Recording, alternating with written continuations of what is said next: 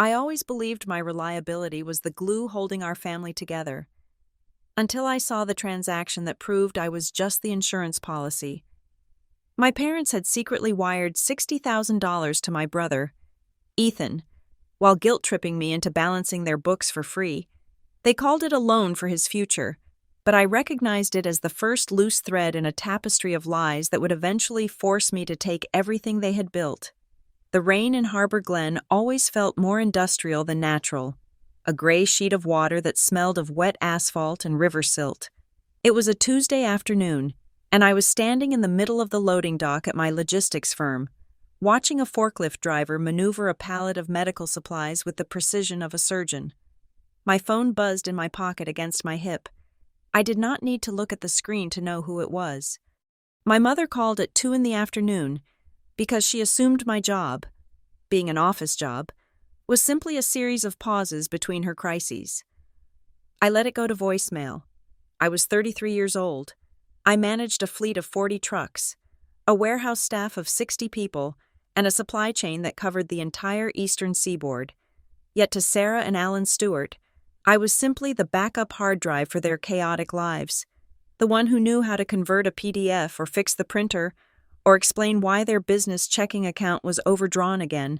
By the time I returned to my glass-walled office overlooking the floor, the voicemail indicator was blinking. I sat down, took a sip of lukewarm coffee, and pressed play.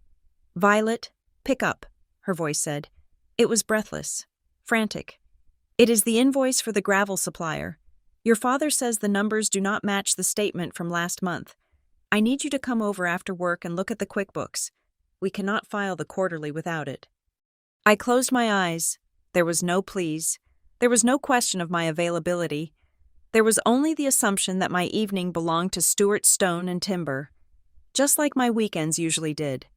I texted back, "I have a budget meeting until 6.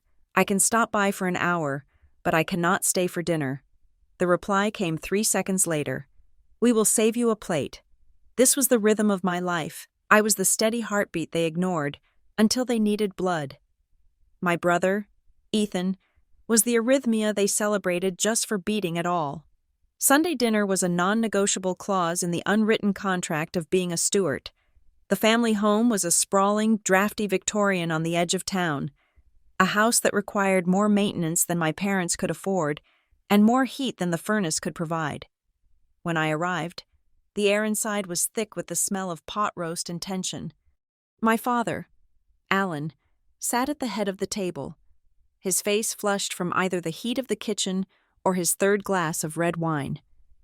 Ethan was already there, leaning back in his chair with that loose-limbed, easy grace that had charmed high school teachers and traffic cops for 3 decades. Ethan was 29, handsome in a way that suggested he had never really worried about anything.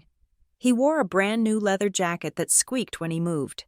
"So," Dad said, slicing into the roast with a little more force than necessary, Ethan was telling us about his new venture. I kept my eyes on my plate, cutting a perfect square of potato. "Here we go." "It is not just a venture," Ethan said, flashing a grin that was half boyish, half salesman. "It is an investment strategy. High-yield equipment leasing. I have a buddy in Pittsburgh who says the margins are insane right now. That is wonderful." "Ethan?" My mother beamed, passing him the gravy boat as if it were a trophy. "It is so good to see you finally taking responsibility for your future." I chewed slowly. Taking responsibility usually meant Ethan had found a new way to gamble with money he did not have. "It takes money to make money," my father said, nodding sagely.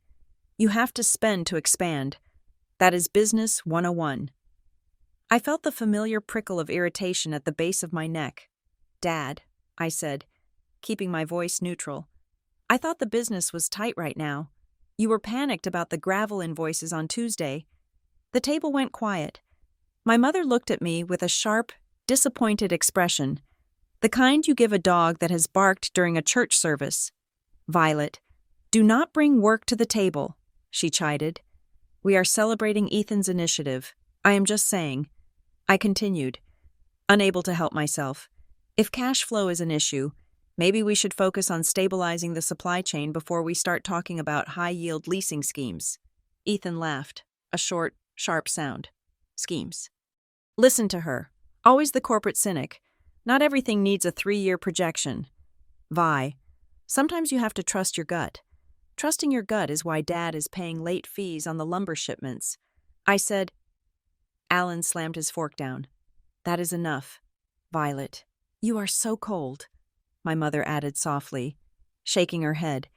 You sit there with your salary and your benefits and your nice apartment, and you judge us for trying to help the family get ahead. You would not understand what it is like to take a risk. You play it safe. I play it safe so I can pay my own bills. I said, my appetite gone. We are all pitching in. Ethan said, reaching for a roll. It is a team effort. I did not say anything else. I finished my meal in silence, feeling the invisible wall between us thicken. They were a unit. The dreamers, the gamblers, the victims of circumstance. I was the outsider, tolerated because I was useful, resented because I was solvent. After dinner, I helped my mother clear the table. It was a penance I performed to smooth over the rough edges of the conversation. My father and Ethan had retreated to the living room to watch the game, their voices low and conspiratorial. I was scrubbing a roasting pan in the sink, the hot water turning my hands red. When I realized my mother had left the room, I dried my hands and walked toward the pantry to put away the surplus serving platters. I stopped in the hallway. The kitchen door was slightly ajar, leading to the mudroom where my mother was on the cordless phone. Her voice was a hushed whisper, but in the old, echoing house, it carried, "He is excited. Alan," I heard her say, "Yes, I know it is a lot, but the 60 will cover the initial buy-in. We just have to hold off on the vendor payments for another week." I froze. The $60? No, you do not hold off vendors for $60. 600? 6,000?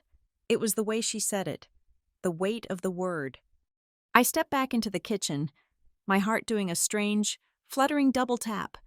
I waited until I heard her hang up before I started clattering dishes again. When she came back in, she looked flushed, nervous. "Who was that?" I asked, keeping my back to her. "Just a wrong number," she said quickly, too quickly. I finished the dishes in a fugue state. My mind was racing. My parents' business, Stewart Stone and Timber, was a small operation. $60,000, if that was what she meant, was not spare change. It was operating capital. It was payroll. I said my goodbyes stiffly. As I walked to my car, I saw Ethan leaning against the hood of his truck, smoking. He waved at me, that new leather jacket gleaming under the porch light. "Drive safe, Vi," he called out. I nodded and got into my sedan, but I did not drive home. I drove 2 blocks over, parked in the shadow of a large oak tree near the park, and pulled out my phone. Years ago, when I was in college, my parents had set up a joint checking account with me to transfer rent money. I had not used it in a decade, but like so many administrative tendrils in my life, I had never formally removed my name. I used a different bank now, but the app was still buried in a folder on my phone called Old Junk. My fingers trembled as I reset the password, waiting for the 2-factor authentication code to come to my email. "Please," I whispered to the dashboard, "please let me be wrong." The app loaded. The balance flashed on the screen. $412.10. I tapped on recent transactions. There it was, dated 3 days ago, outgoing wire transfer, $60,000 in dollars. Recipient, E. Stewart Holdings. The air left the car. It felt as if someone had punched me in the diaphragm. $60,000. They had given him $60,000. I scrolled down. To fund that transfer. There were 3 other deposits made the same day. One was a draw from the business line of credit. Another was a transfer from their retirement savings. I sat there for 20 minutes, staring at the glowing screen until my eyes burned. They were criticizing me for not helping, calling me cold for hoarding my salary, while they were liquidating their future to fund Ethan's playtime. They were not just favoring him, they were cannibalizing themselves for him, and they expected me to clean up the mess when the bill came due. I did not sleep that night. I lay in bed, watching the shadows crawl across the ceiling, rehearsing what I would say. I knew I should probably cool off, wait a few days, but the injustice of it was a physical thing, a stone in my throat that I could not swallow. The next evening, I drove back to the house. I did not call first. When I walked in, my father was at the kitchen table, surrounded by piles of receipts, the very mess he wanted me to organize. My mother was stirring tea at the counter. "Violet?" she said, surprised. "We did not expect you. Did you come to do the books?" I did not take off my coat. I stood in the doorway, clutching my purse. "I know about the money," I said. My father looked up, his reading glasses sliding down his nose. "What are you talking about?" "The $60,000, I said, my voice shaking slightly despite my best efforts to keep it steady. "I saw the transfer. I know you gave it to Ethan." The silence that followed was heavy, suffocating. My mother set her spoon down with a clatter. "You were snooping," she said. Her tone was not apologetic. It was accusatory. "You have no right to look at our accounts. I am still on that account. Mom, I did not have to snoop. I just had to look." "It is a loan," my father said. Standing up, he drew himself up to his full height, trying to use his physical presence to end the argument. "Ethan has a legitimate business opportunity. He needed bridge capital. We are investing in him." "Bridge capital?" I laughed, a harsh, jagged sound. "Dad, you are pulling from your retirement. You are drawing on the business credit. You are risking everything on a whim." "It is not a whim," he shouted. "He has a plan. Why can you not be happy for him? Why do you always have to tear him down?" "Because he has never paid back a dime in his life," I yelled back. "And when he loses this, just like he lost the money for the landscaping business, just like he lost the money for the car restoration idea, who are you going to call?" "Me. You are going to call me to fix the tax issues and negotiate with the vendors you cannot pay because you gave the operating cash to him. We do what we have to do for family," my mother said, crossing her arms. "If you needed it, we would do the same for you." "But I would never ask," I said. "That is the point. I work for what I have. I do not bleed you dry." My father's face turned a mottled red. "You have no idea what it takes to keep this family together. You sit in your ivory tower and judge us. You act like a stranger. Violet, a cold, ungrateful stranger." "Ungrateful?" I stepped further into the room. "Ungrateful for what? For the privilege of doing your unpaid accounting every weekend? For being the emotional punching bag whenever the business has a bad month?" I took a deep breath, the decision crystallizing in my mind right then and there. "I am done." I said. "What does that mean?" my mother asked, her voice wavering. "It means I'm not touching the books anymore." I said. "I am not categorizing your receipts. I am not reconciling your bank statements. Not unless I see full transparency. I want to see formal financial statements, and I want a written agreement for my role if I'm going to work for this company." My father looked at me as if I had slapped him. "You want a contract? To help your own father?" "I want protection," I said, "because it is clear that my financial stability is the only thing standing between this family and ruin, and I am not going to let you drag me down with you. After everything we have done for you," my mother whispered, tears welling in her eyes. "We raised you. We put you through school. I paid my own loans." "Mom," I corrected her. "Get out," my father said, pointing to the door. "If you are going to act like an auditor instead of a daughter, then get out." I turned and walked out. I did not slam the door. Though I wanted to, I closed it firmly, the latch clicking like a gunshot in the quiet night. Ethan was in the driveway again. It seemed he was always lurking in the periphery, smoking, waiting for the dust to settle so he could pick up the pieces he wanted. He pushed off his truck as I approached. He looked genuinely pained. I could hear the yelling from out here. He said. I unlocked my car door. "I do not want to talk to you." "Ethan, wait." He caught my elbow. His grip was gentle, but I yanked my arm away. "Don't touch me. Look, I know it looks bad," he said, holding his hands up in surrender.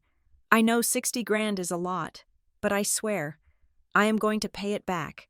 This deal is real. I am going to double it in 6 months, and I will pay them back with interest. You are delusional, I said, and they are enabling you. It is not just me. Vi, he said, his voice dropping. He looked over his shoulder at the house. They needed this to work too. Why do you think they gave it to me? They are desperate for a win. What does that mean? He shifted his weight, looking uncomfortable. It is not the first time they have moved money around, okay? It is just the first time you noticed. We all need a boost sometimes. I stared at him. The way he said it, casual, complicit, sent a chill down my spine. Not the first time? I asked.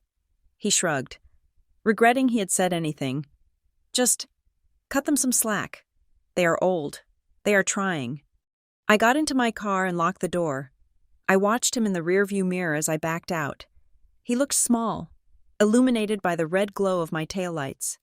A 30-year-old child waiting for his allowance. I drove straight to Mara's. Mara Ellison had been my best friend since the 3rd grade. She was a paralegal with a sharp tongue and a cynical view of human nature that rivaled my own. She opened her door wearing oversized sweatpants and holding a glass of wine. "You look like you just buried a body," she said, stepping aside to let me in. "I wish," I muttered. We sat on her living room floor, and I told her everything. The dinner, the transfer, the confrontation, Ethan's slip of the tongue. When I said the number 60,000, she choked on her wine. "Violet, that is insane," she said, wiping her mouth. "That is not a loan. That is a gift, and a tax liability." "I know," I said, leaning my head back against the sofa. "But it is what Ethan said that bothers me. He said it is not the first time. He said they move money around." Mara frowned, her paralegal brain engaging. "If they are moving that kind of cash, and the business is struggling, where is it coming from? You said they tapped the line of credit?" "Yeah. And you are sure your name is off everything?" she asked. I sat up straighter. "What? You said you were on that old checking account," Mara said slowly. "You helped them with the business expansion a few years ago, right? You signed some papers when you were fresh out of college and eager to please?" I felt a cold prickle of dread. "I signed some incorporation documents as a witness, and I think I was on the initial lease for the warehouse because my credit score was better than theirs at the time. But that was 7 years ago. That lease expired." "Did it expire?" Mara asked. "Or did it renew? And did you sign anything else? A guarantee? A cosign on a loan?" "No." I said, "I would remember that. Would you?" She looked at me sympathetically. "Or would your dad have put a piece of paper in front of you while you were cooking Thanksgiving dinner and said, 'Sign this, honey. It is just for the insurance audit,' and you signed it because you trust them?" The memory was hazy, but the scenario felt terrifyingly plausible. "You need to check," Mara said firmly. "Right now. Pull your credit reports. All 3 bureaus. I do not want to know." I whispered. "You have to know." I opened my laptop on her coffee table. My hands were shaking so badly, I mistyped my social security number twice. The screen loaded with a spinning circle that seemed to mock me. Equifax report, generated today. I scrolled past my student loans, paid in full, past my car lease, past my credit cards, then I stopped. Under the section labeled Business Liabilities, Guarantor Status, there was an entry I did not recognize. Creditor, Briarwell Capital Partners. Type, Commercial Line of Credit. Status, Open Delinquent.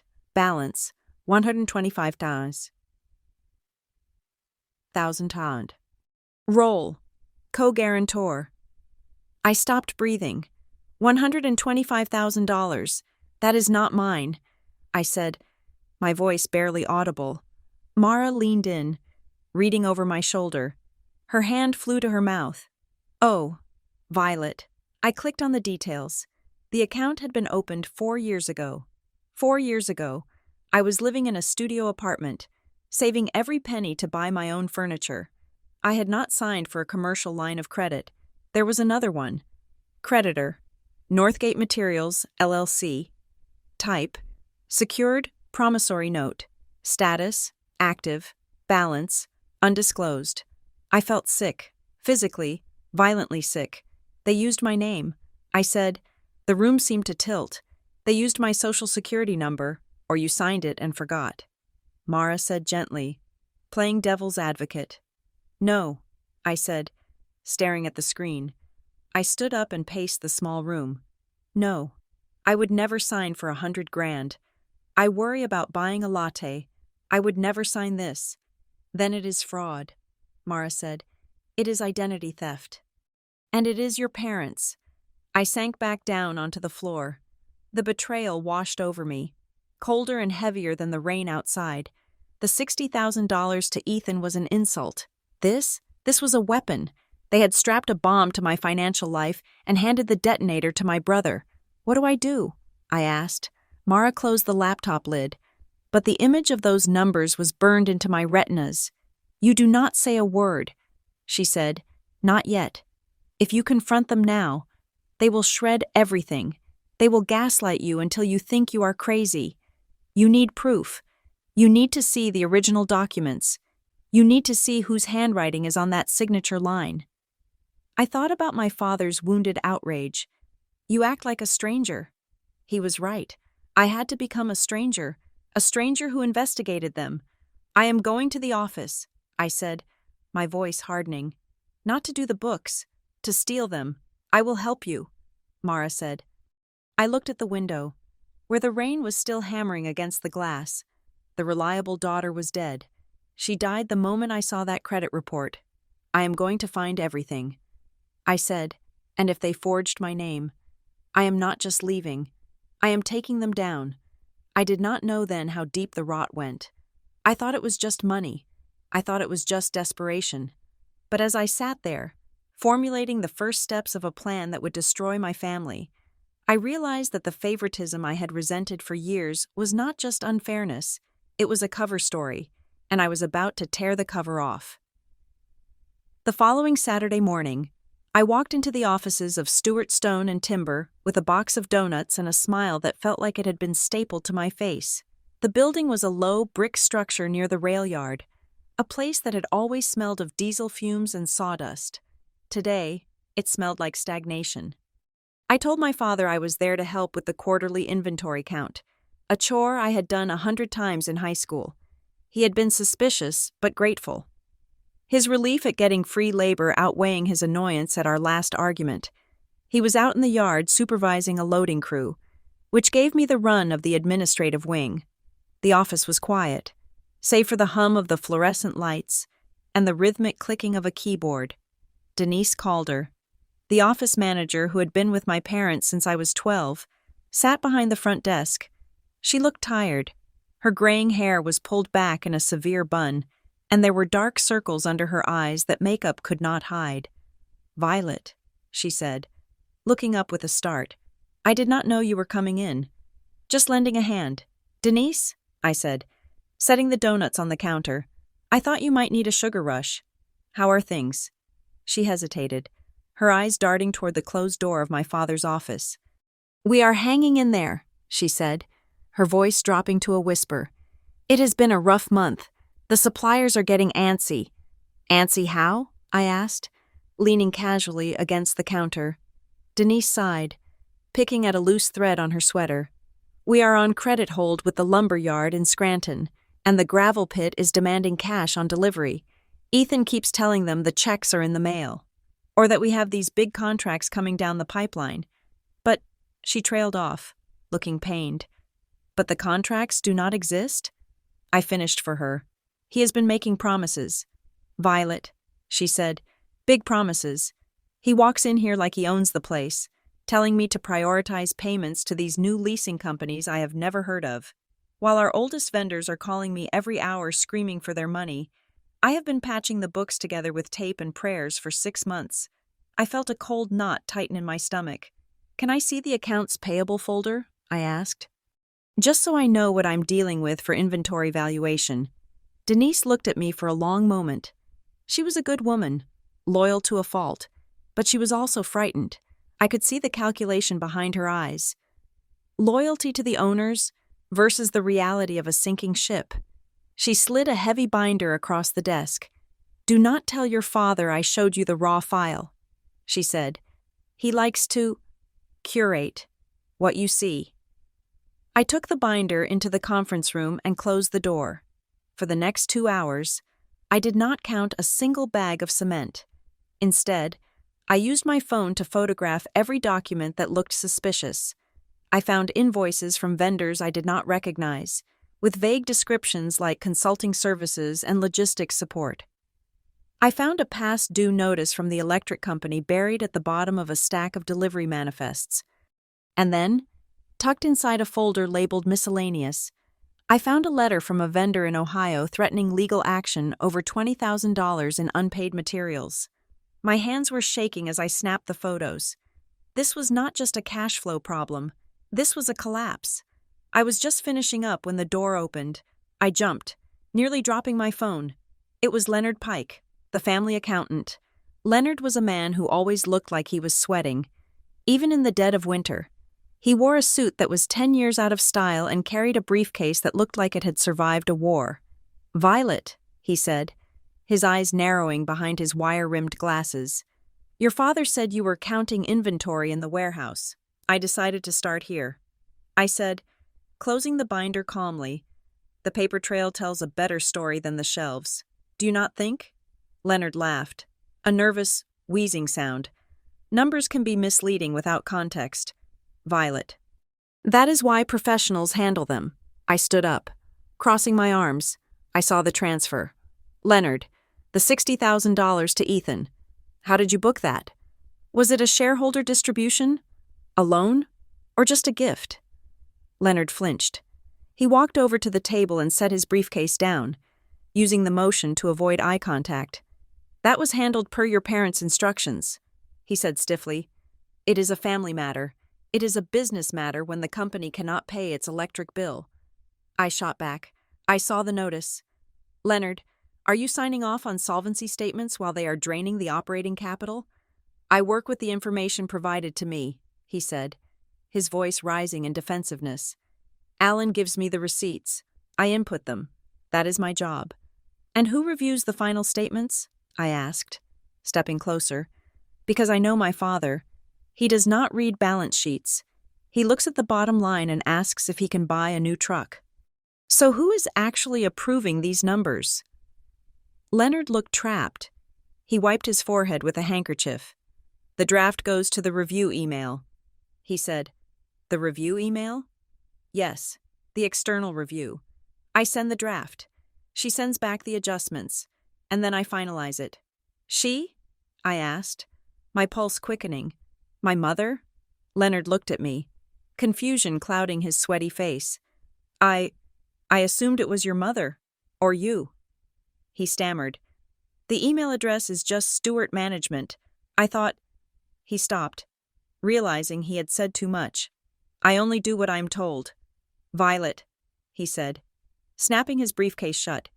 "If you have questions about the structure, ask your father." He turned and hurried out of the room, leaving a scent of stale tobacco and fear in his wake. I left the office 10 minutes later, my phone full of evidence and my mind racing. Stewart Management. I had never heard of that email address. My parents used a shared AOL account they had created in 1998. I drove to a coffee shop on the other side of Harbor Glen, far away from anyone who might recognize me. I ordered a black coffee and opened my laptop.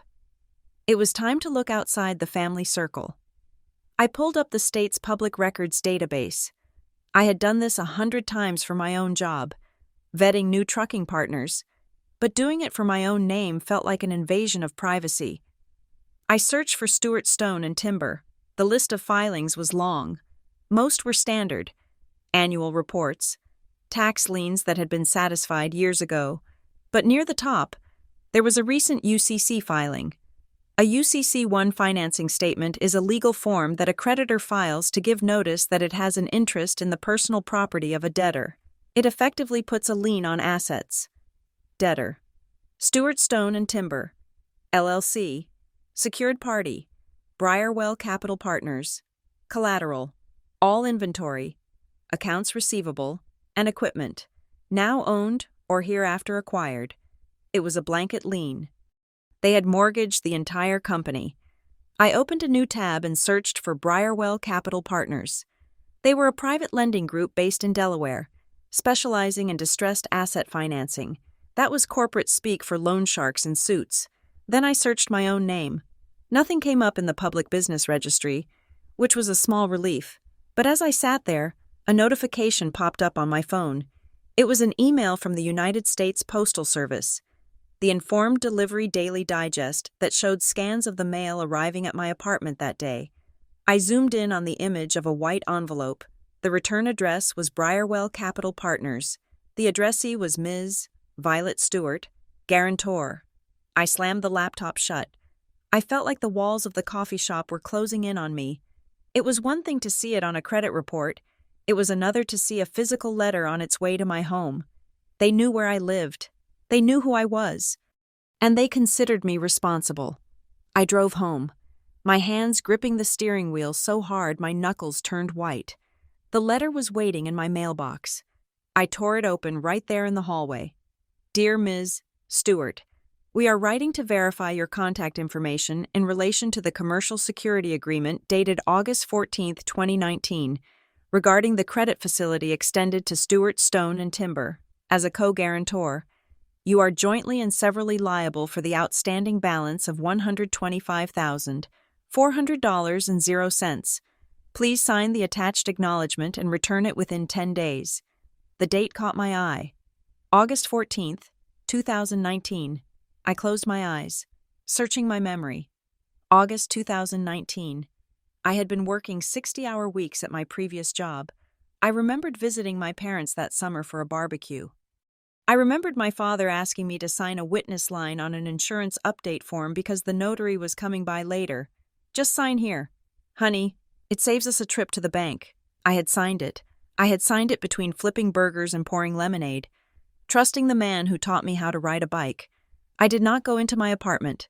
I turned around, got back in my car, and drove straight to my parents' house. It was dark by the time I arrived. The house looked warm and inviting from the outside, the yellow light spilling from the windows onto the overgrown lawn. It was a lie. Everything inside that house was rotting. I walked in without knocking. My parents and Ethan were in the living room. Ethan was showing them something on his tablet. His face lit up with excitement. My mother was clapping her hands. Look who it is, Ethan said, grinning. The prodigal sister returns.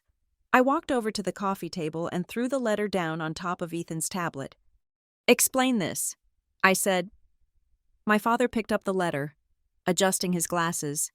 He read it slowly, his expression shifting from confusion to annoyance. This is just administrative.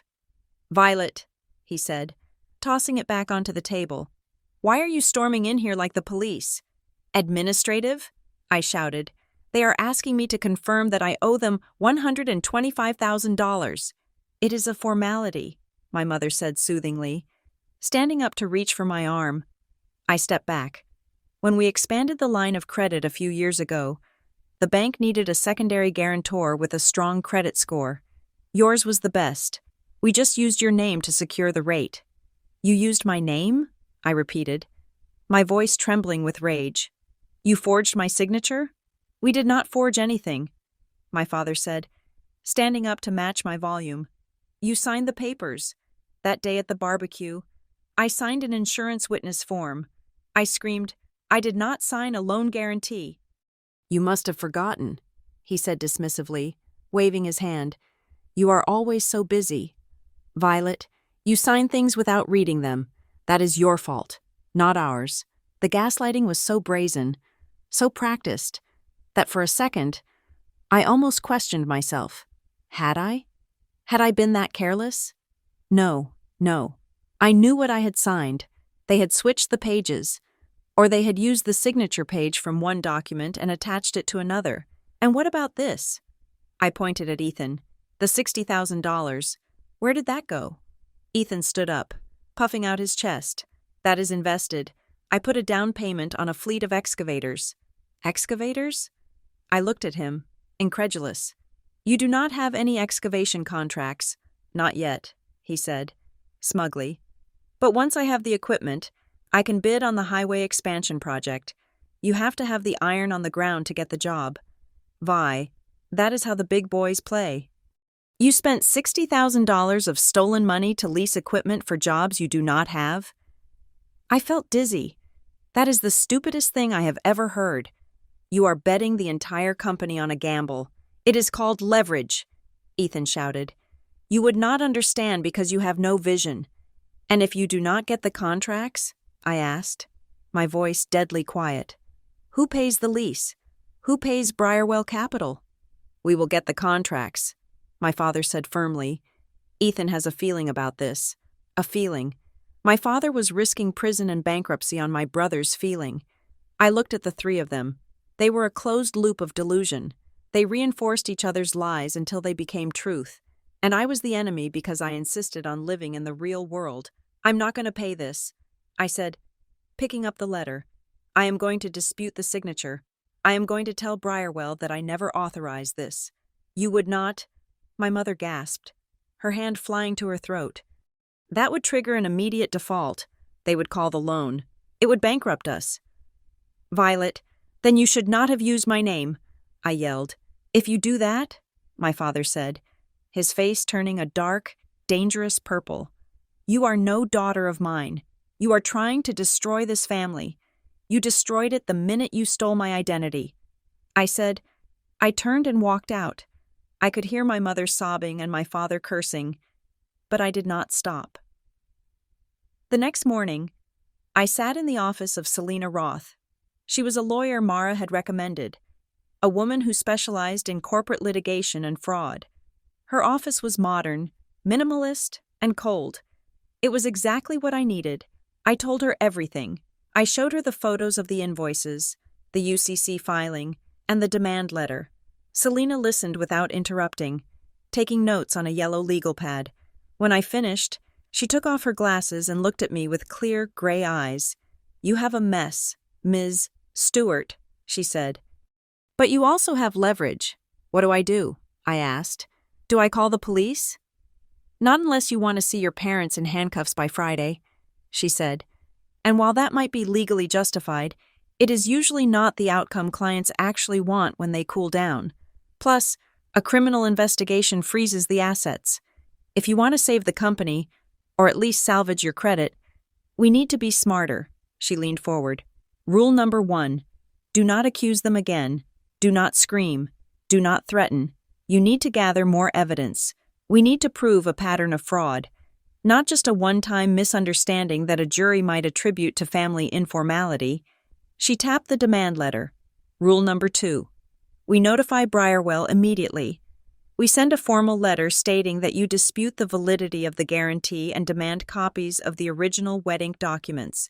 We do not say, my parents forged it. We say, I did not sign this. We let Briarwell draw their own conclusions. And rule number 3, she said, her voice dropping. You need to protect your assets. If they have your social security number, lock your credit, move your savings. Assume they will try to take everything if they feel cornered. I left her office feeling lighter, but also colder.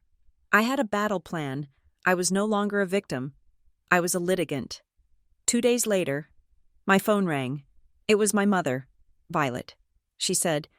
Her voice was sweet, brittle. Can we talk? Not about money. Just, can you come over? We want to make peace. I hesitated. Selena's voice echoed in my head. Do not accuse, document. I will be there in an hour. I said. When I arrived, the atmosphere had shifted completely. There was no yelling. There were no tears. My father was sitting in his armchair, looking weary but calm. Ethan was nowhere to be seen. My mother patted the spot on the sofa next to her. We have been thinking, she said, and we realized. You are right. I raised an eyebrow. Oh, I am? About the business. My father grunted, not looking at me. It has gotten too big for us to handle. The paperwork, the compliance. It is beyond us. We relied on Ethan for the vision, but we need someone for the details. We want to offer you a job, my mother said, smiling tentatively. I stared at her. A job? We want you to come on as chief financial officer, she said. We cannot pay you what you make at the logistics firm, not yet, but we can give you a small salary, and equity. We will give you 10% of the company. I looked at my father. He nodded, though it looked painful for him. You want control? He said. Fine. You come in. You fix the books. You handle the lenders. You keep Briarwell off our backs. You make it right. I sat there, processing the offer. On the surface, it looked like a concession. They were admitting they needed me. They were giving me a title. But I saw the trap immediately. If I became CFO, I would become an officer of the company. I would be legally responsible for the financial statements. If the company collapsed, or if the fraud was exposed, I would not be an outside victim anymore. I would be the insider who oversaw it. They were not offering me a promotion. They were offering me the liability, and the phrase "keep it in the family" hung unspoken in the air. This was their way of stopping me from going to the lawyers. If I was on the payroll, I was on the team. I looked at my mother's hopeful, desperate face. She thought she was being clever. She thought she could buy my silence with a fancy title and a 10% stake in a sinking ship. I realized then that this was not reconciliation. This was containment. But it was also an opportunity. If I was inside, I would have access to everything. I could find the Stewart management email. I could find the silent partner. I could secure the evidence I needed to prove my innocence and expose their guilt from the inside out. I forced a smile. It felt tight, but it held. I appreciate the offer, I said slowly. I need to think about the details, but I am willing to consider it. My mother let out a breath she seemed to have been holding for days. Oh, Violet, I knew you would come through. We are a family. We stick together. Yes, I said, standing up. We do. I walked out of the house into the cool night air. I looked back at the window, where my parents were likely congratulating themselves on managing the problem daughter. They had invited the wolf into the fold, thinking it was a sheepdog. I pulled out my phone and texted Selena. They offered me CFO. I am going to take it, but I need you to draft an employment contract that specifically indemnifies me for all prior acts of the company. I'm going inside. I got in my car and drove away. The rain had started again, washing the grime of the rail yard off my windshield. I was done crying. I was done being the reliable one. I was about to become the boss. The crisis arrived on a Wednesday morning, precisely at 9 o'clock, with the violent slamming of the front door. I was sitting in the small, glass-walled office that had been hastily cleared for me, a temporary workspace that still smelled of the previous occupant's peppermint vape juice, reviewing the accounts receivable aging report. I had not signed the employment contract yet. Selena was still redlining the indemnification clauses, trying to build a legal firewall between me and the smoldering wreckage of Stewart stone and timber. But my mother had begged me to come in and get a feel for the flow, so I was there, acting as a consultant without a fee. The front door slammed again, followed by the heavy tread of work boots. "Alan," a voice bellowed from the reception area. I recognized the voice. It was Mike Henderson, the owner of the concrete supply firm that provided 80% of our foundation materials. He was a big man, slow to anger, but impossible to stop once he started moving. I stood up and looked through the glass. My father was coming out of his office, his face a mask of forced conviviality. "Mike," he said, extending a hand. "Good to see you. I was just about to call you about the—" "Cut the crap, Alan," Henderson barked, ignoring the hand. "My drivers are sitting at the gate of the riverfront project. Your foreman told them to dump the load, but your credit hold is flashing red on my dispatch screen." My father's smile faltered. "That is a glitch. Mike, I told Denise to send the check on Monday. It is probably just crossing in the mail." I looked at Denise at the front desk. She was staring at her computer monitor with the intensity of someone trying to telekinetically vanish. "I am not talking about a check in the mail," Henderson shouted. "I am talking about the $40,000 you are past due on from last month. I am talking about the 3 promises you made me personally. I pulled my trucks. Alan, the riverfront job is dead in the water until I get a wire transfer." Today, the silence that followed was heavy and suffocating. The riverfront project was the only active job generating significant revenue. If the concrete stopped, the crews stopped. If the crews stopped, the penalties kicked in. "I can write you a check right now," my father said, his voice dropping. "I do not want paper. Alan, I want a wire confirmation." I stepped out of my office. "Mr. Henderson," I said, keeping my voice low and level. He turned to look at me, his face flushed. "Violet, I have not seen you since you were in high school." I walked over to the desk. "If you give us an hour, I will personally verify the funds and call you with a wire confirmation number. We value your partnership, and we are not going to let this slide." Henderson looked from me to my father, then back to me. He saw something in my face, maybe the exhaustion, maybe the resolve, that made him exhale. "1 hour. Violet, if my dispatcher does not have a number by 10:15, I am filing a lien on the job site." He turned and walked out, the bell on the door jingling cheerfully in his wake. My father stood frozen for a moment. Then he spun around, his face twisting into a scowl. "Great," he spat. "Just great. We need to wire him the money." "Dad," I said, "do we have it?" He threw his hands up. "We would have it if you were not breathing down my neck about audits and compliance. I have been so distracted trying to answer your lawyer's questions that I forgot to call the bank." I stared at him. "You are blaming me? I have been here 3 days. You have been behind with Henderson for months. You are adding stress," he shouted, his voice cracking. "You come in here with your clipboard and your judgments, acting like you are the savior, and all you do is slow me down. If you want to help, stop interrogating me and start fixing things." He stormed into his office and slammed the door. I stood there, feeling the familiar burn of injustice behind my eyes. It was the classic Stewart maneuver.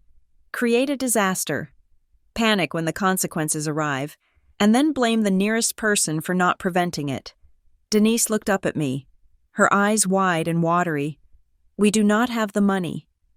"Violet," she whispered, "the operating account has $4,000 in it." I closed my eyes. "Then we need to move money from the line of credit. It is maxed out," she said. Briarwell froze the draw capability yesterday. My blood ran cold. The letter I had received was not just a warning, it was the prelude to a shutdown. I walked back to my temporary office and closed the door. I pulled out my phone and dialed the number on the demand letter I had received at my apartment. Briarwell Capital. A smooth voice answered. "This is Violet Stewart," I said. "I would like to speak to Callum Vance." There was a pause, then a series of clicks. "Ms. Stewart," a new voice said. It was deep, calm, and terrifyingly professional. "I was wondering when you would call. I am looking at a shut-down job site." "Mr. Vance," I said, "and I'm looking at a frozen line of credit. I need to know if there is a path forward, or if I should tell the employees to go home." I expected him to be aggressive. I expected threats. Instead, he sounded thoughtful. "That depends. Ms. Stewart, are you calling as a guarantor who wants to dispute her signature, as your lawyer's letter suggested? Or are you calling as the new management?" I gripped the phone tighter. "I am calling as someone who wants to know if there is a company left to save." "Meet me," he said. "The coffee shop on 4th and Main. 30 minutes. I walked out past Denise. "I'm going to a meeting." I said, "Tell Dad to sit tight and not to call anyone. If Henderson calls back, tell him the wire is being processed and there is a delay at the clearinghouse. Lie if you have to. Just buy me time." Callum Vance was younger than I expected. He was maybe 35, wearing a suit that cost more than my car, sitting at a back table with a pristine leather notebook. He did not look like a loan shark. He looked like an actuary who enjoyed firing people. "Ms.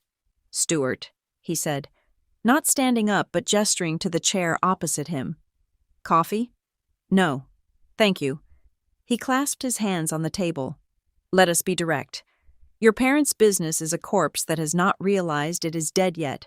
They are over-leveraged, undercapitalized, and their operational efficiency is laughable. Then why did you lend to them?" I asked. "Because the assets are real," he said, The land, the inventory, the equipment, we are secured.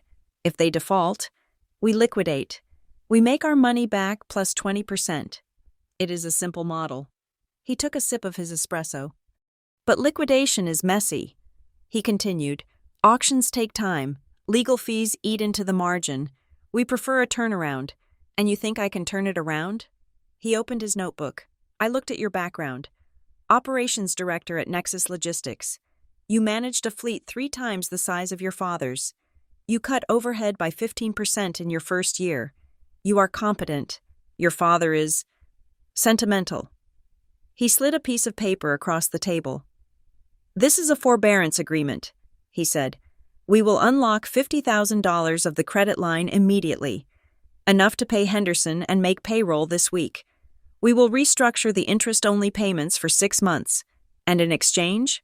I asked, looking at the document. In exchange, you become the interim CEO. He said, not CFO, CEO. You take full operational control. Your father steps down to a non-voting advisory role, and you sign a ratification of the debt. I looked up sharply. You want me to validate the forged signature? I want you to take ownership, he corrected smoothly. If you ratify the debt, the dispute over the signature goes away. We do not care who signed it. Ms. Stewart, we care who pays it. If you sign this, you are personally on the hook, but you also get the keys to the kingdom. And if I do not, then we foreclose on Monday, he said. And since your name is already on the guarantee documents, whether you sign them or not, we will name you in the lawsuit. You can spend the next 3 years paying your lawyer to prove it was a forgery, while your credit score goes to 0 and your parents lose their home. It was a masterclass in leverage. He was offering me a lifeline that was also a noose. I need 24 hours, I said. You have 3 hours, he replied, checking his watch. Henderson wants his money, right? I took the paper. I will let you know. I drove back to the office with the document burning a hole in my purse. I had a solution to the immediate crisis, but the price was my soul. I would be tying myself to the anchor just as it went over the side. When I got back, the office was eerily quiet.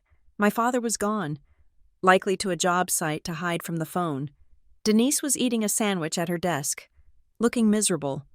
Violet, she hissed as I walked in. Come here. I walked around the desk. She looked left and right, then pulled a small flash drive from her pocket and pressed it into my hand. What is this? I asked. It is the real backup, she whispered. Leonard, the accountant. He came by while you were gone. He was shredding things in the back. I managed to copy the miscellaneous folder before he deleted it from the server. Why are you giving this to me? Because I have worked here for 20 years, she said, her voice shaking. I have grandkids. I cannot go to jail. Violet, and what they are doing. It is not just bad bookkeeping anymore. It is something else. I squeezed her hand. Thank you. Denise, I went into my office and locked the door. I plugged the drive into my laptop. The files were a chaotic mess of spreadsheets and scanned PDFs. I started with the folder marked Ledger. Internal. It was a parallel set of books. I saw the real revenue numbers, which were lower than what they reported to the bank. I saw the real expenses, which were higher. And then I saw a recurring outgoing transfer, labeled simply Northgate. Northgate Materials, LLC. The payments were consistent. $5,000 a month, every month, for the last 5 years. That was $300,000 siphoned out of the company. I searched the drive for Northgate. I found a scanned document, an equity participation agreement dated 7 years ago. I opened it. It was a contract between Stuart Stone and Timber and Northgate Materials, LLC.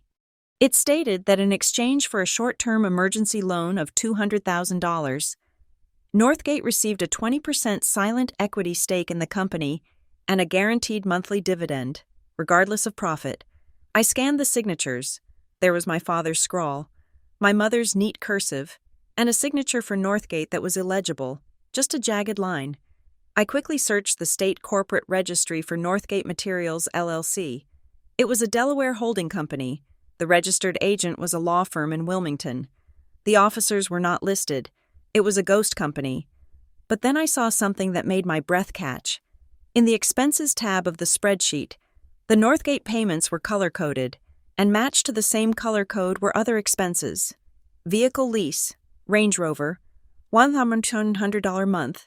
Rent, the Meridian Apartments. Philadelphia, $3,100 month. Consulting fee, E. Stewart, $4,000 month. I did the math. The payments to Northgate and the payments for Ethan's lifestyle were coming from the same pot of hidden money. The company was not just paying a silent partner. It was paying for Ethan to live like a king in the city while he pretended to be a struggling entrepreneur. The consulting firm Ethan had bragged about? It was him. He was consulting for his parents, and they were paying him to do nothing.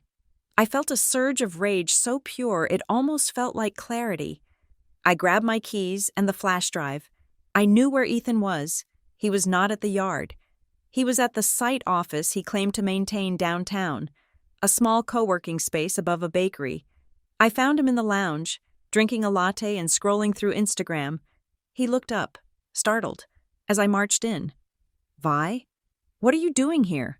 I slammed the printout of the spreadsheet onto the table. The Meridian Apartments? I asked. $3,400 a month? Ethan's face went pale. He tried to laugh it off. That is a corporate suite. For clients. You do not have clients. Ethan! I hissed, leaning in close so the other people in the coffee shop wouldn't hear. You have a fake consulting firm. You have a Range Rover paid for by the business. You are bleeding Mom and Dad dry while Henderson cuts off our concrete. Ethan stood up, knocking his chair back. You do not understand. I have to look the part. You cannot close deals driving a rusted Ford. You are not closing deals, I shouted. You are stealing. He looked around nervously, then grabbed my arm and dragged me toward the stairwell. Let go of me, I said, shaking him off. Look, he said, his voice cracking. It is not just me, okay? The Northgate thing, that is real. I piggybacked on it. What is Northgate? I demanded. Who are they? Ethan slumped against the wall, sliding down until he was crouching on the floor. He put his head in his hands. I do not know who they are, he sobbed. I really do not. But they own us, Vi. What do you mean? Dad got sued, he said, his voice muffled by his hands. 7 years ago, a worker got hurt at the quarry. It was bad. We did not have the right insurance coverage. They were going to take everything. I listened, stunned. I had been living in Chicago then, working my first management job. They had told me business was slow. So Dad borrowed money? I asked. He went to a guy. Ethan said. Leonard introduced him. A private lender. They paid off the lawsuit settlement. But the terms were insane. They took equity. They took a board seat. And they demanded payments every month or they would trigger a default clause that hands them the deed to the land. And the $60,000? I asked, the pieces falling into place. Ethan looked up, his eyes red. They raised the rate. They said the business was underperforming. So they triggered a penalty. Dad did not have the cash. So he gave it to me to invest so I could pay them from a different account, to make it look like outside revenue. It was a shell game, a desperate, terrified shell game. And the car? The apartment? I asked cold. I needed to feel like I was not drowning, he whispered. I needed to feel like I was actually a businessman, not just a bagman for a loan shark. Mom said it was okay. She said I deserved a perk for handling the stress. I looked at my brother. He was pathetic. He was a 30-year-old child who had been taught that lying was a survival skill. Get up, I said. He looked at me. What are you going to do? I am going to fix this, I said. But first, we are going to talk to Mom and Dad, and you are going to tell them exactly what you told me. The drive back to the house was silent. I could feel the vibration of the engine in my teeth. My parents were in the kitchen. My father was nursing a scotch, though it was only 2 p.m. My mother was chopping vegetables with a frantic, jerky rhythm. They looked up as we entered. They saw Ethan's tear-streaked face and my stone-cold expression. What happened? My mother asked, the knife clattering to the cutting board. Sit down, I said. I threw the forbearance agreement from Briarwell onto the table. Then I threw the printout of the Northgate payments next to it. I know about Northgate, I said. I know about the lawsuit. I know about the silent partner. My father seemed to shrink in his chair.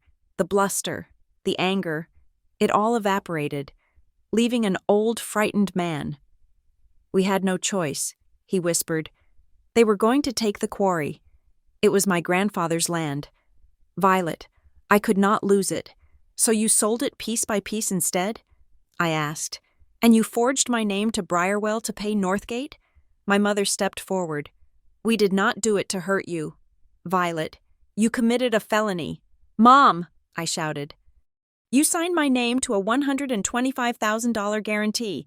I did it for the family, she screamed back, her composure finally shattering. We were drowning. Northgate was threatening to expose the safety violations from the accident. Briarwell was the only bank that would lend to us, but they needed a guarantor with clean credit. Yours was the only one we had. She grabbed my hands, her grip surprisingly strong. I thought we could pay it back before you ever found out. She sobbed. I thought Ethan's deal would hit, or the market would turn. I was trying to save your inheritance. Violet, everything we do is for you and Ethan. For me? I pulled my hands away. You risked my freedom, my credit, and my career for a lie. You filled Ethan's head with delusions of grandeur and paid for his luxury apartment while you were stealing from your own retirement. That is not love.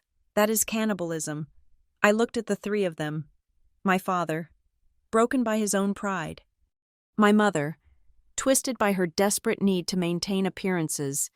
My brother, hollowed out by unearned rewards. I had a choice. I could walk out. I could call Selena, file the fraud report, and watch the police arrest them. The company would be liquidated. My parents would lose the house. Ethan would probably end up in jail. I would spend years in court clearing my name, but I would be free of them. Or I could sign Callum Vance's deal. I could take control if I walked away.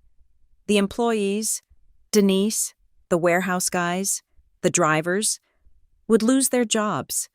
The land would be sold for scrap. The legacy would end in shame. But if I stayed, I would be stepping into a pit of vipers. I would be responsible for the debt. I would be fighting a silent partner who used blackmail as a business tactic. I looked at the forbearance agreement. Interim CEO, full operational control. I took a pen from my purse. I am going to save this company, I said, my voice steady. But not for you. I looked at my father. You are retiring. Effective immediately. You will sign over your voting rights to me as a condition of the restructure. I looked at my mother. You are done with the books. You will never touch a checkbook or an invoice again. And you, I said to Ethan, you are moving out of the Meridian. You are returning the Range Rover, and you are going to work in the yard. You will drive a forklift. You will sweep the floors. And you will earn minimum wage until every cent of that $60,000 is paid back. They stared at me, stunned silence filling the room. You cannot do that, my father whispered. It is my company, not anymore. I said. I held up the phone. I have the evidence of the fraud. I have Denise's testimony. I have the Northgate files.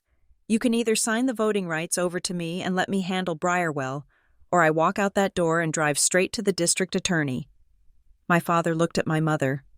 She was weeping silently, her face buried in her hands. She nodded. He slumped forward, defeated. Do what you have to do, he croaked.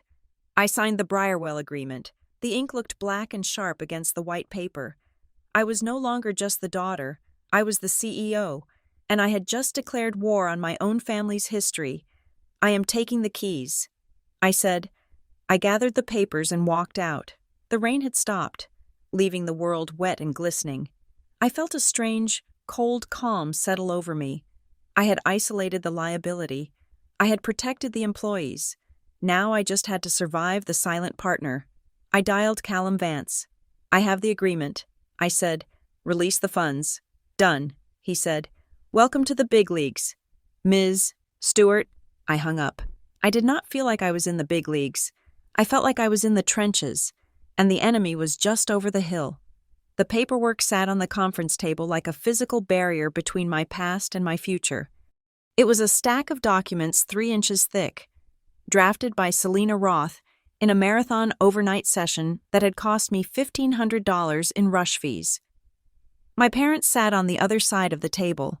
My father, Alan, looked gray and shrunken, his hands trembling slightly as they rested on the mahogany. My mother, Sarah, was staring at the wall, her lips pressed into a thin, white line. "This is the restructuring agreement," I said, sliding the copies toward them. "It formalizes what we discussed in the kitchen." My father picked up the first page, squinting at the legalese.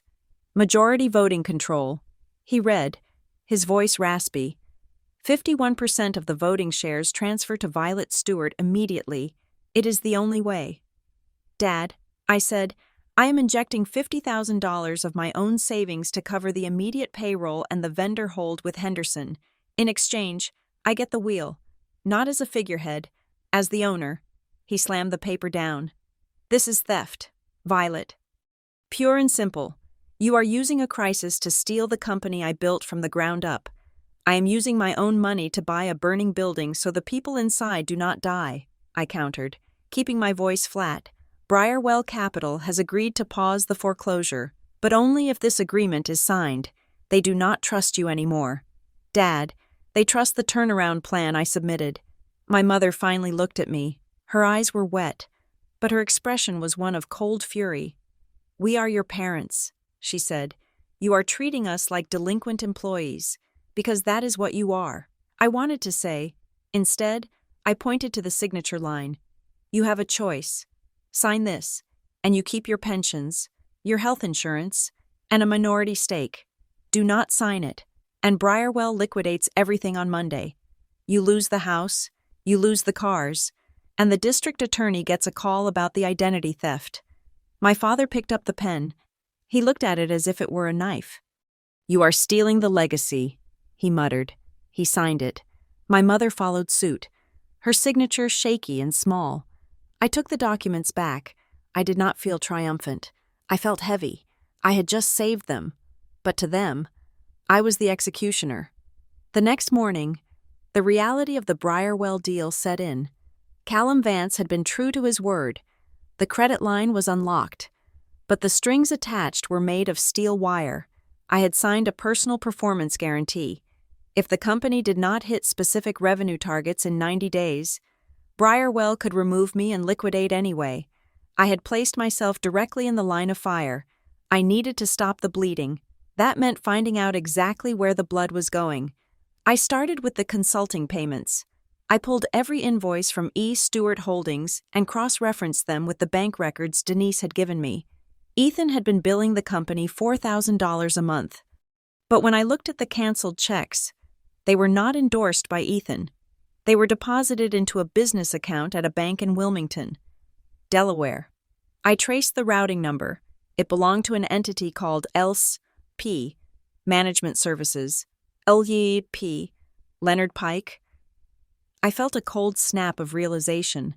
Our accountant, the man who had been doing our taxes since I was in middle school, was not just incompetent, he was a participant.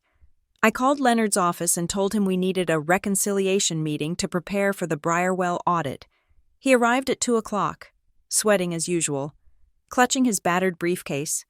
I set up my phone on the desk between us. "Leonard," I said, my tone breezy, "I am going to record this session for the audit minutes. It saves me from having to take notes while we talk. Is that all right with you?" He dabbed his forehead with a handkerchief. "Of course, Violet. Transparency is key." I pressed record. I laid the canceled check on the desk. "Can you explain why payments made to my brother's consulting firm were deposited into an account controlled by LMP? Management Services?" I asked. Leonard froze. His eyes darted to the door, then back to the check. That is a pass-through arrangement," he stammered. "Ethan did not have a business account set up initially. I allowed him to use my clearing account to facilitate the transactions. It is standard practice for startups." "Standard practice to commingle client funds with your own?" I asked, And did you disperse 100% of these funds to Ethan? Or was there a management fee? Leonard licked his lips.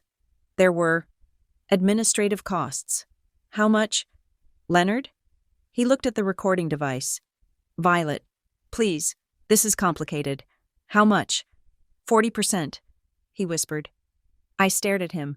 You were taking a 40% cut of the money my parents were stealing from the company to give to my brother? I was providing a service, he said, his voice rising in panic.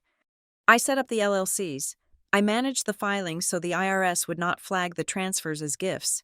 Your mother asked me to make it look legitimate. My mother? I asked. She told me to smooth the numbers, he blurted out.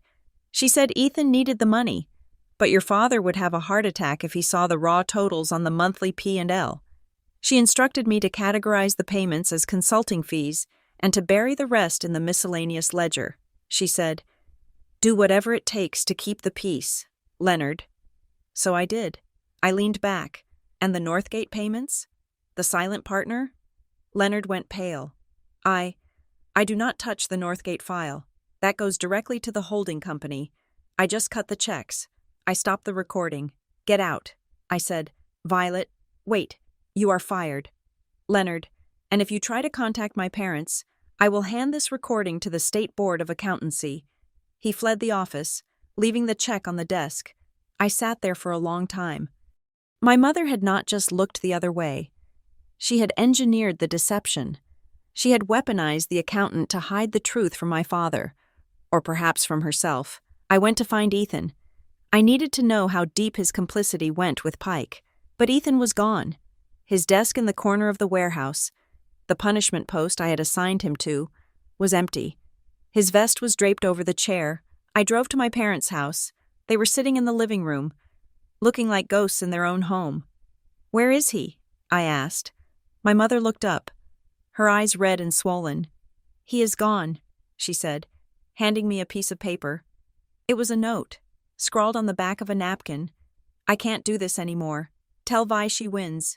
You drove him away, my father said, his voice thick with accusation. You humiliated him. You put him in the warehouse like a common laborer. He is sensitive. Violet, he could not take the shame. He is 30 years old. Dad, I snapped. He is not a child running away from camp. He took the cash from the safe. My mother whispered. What? There was $2,000 in the petty cash box, she said. It is gone. I turned and ran out to the car. If Ethan had money, he would not go far. He was a creature of comfort, but with only $2,000, he could not afford the Meridian. I checked his credit card activity, the one corporate card I had not canceled yet, keeping it active as a tracking beacon.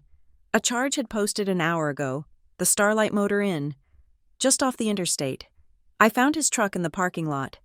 The Starlight was a place where people went to disappear or overdose. The neon sign buzzed with the sound of angry hornets. I banged on the door of room 104. Ethan, open up!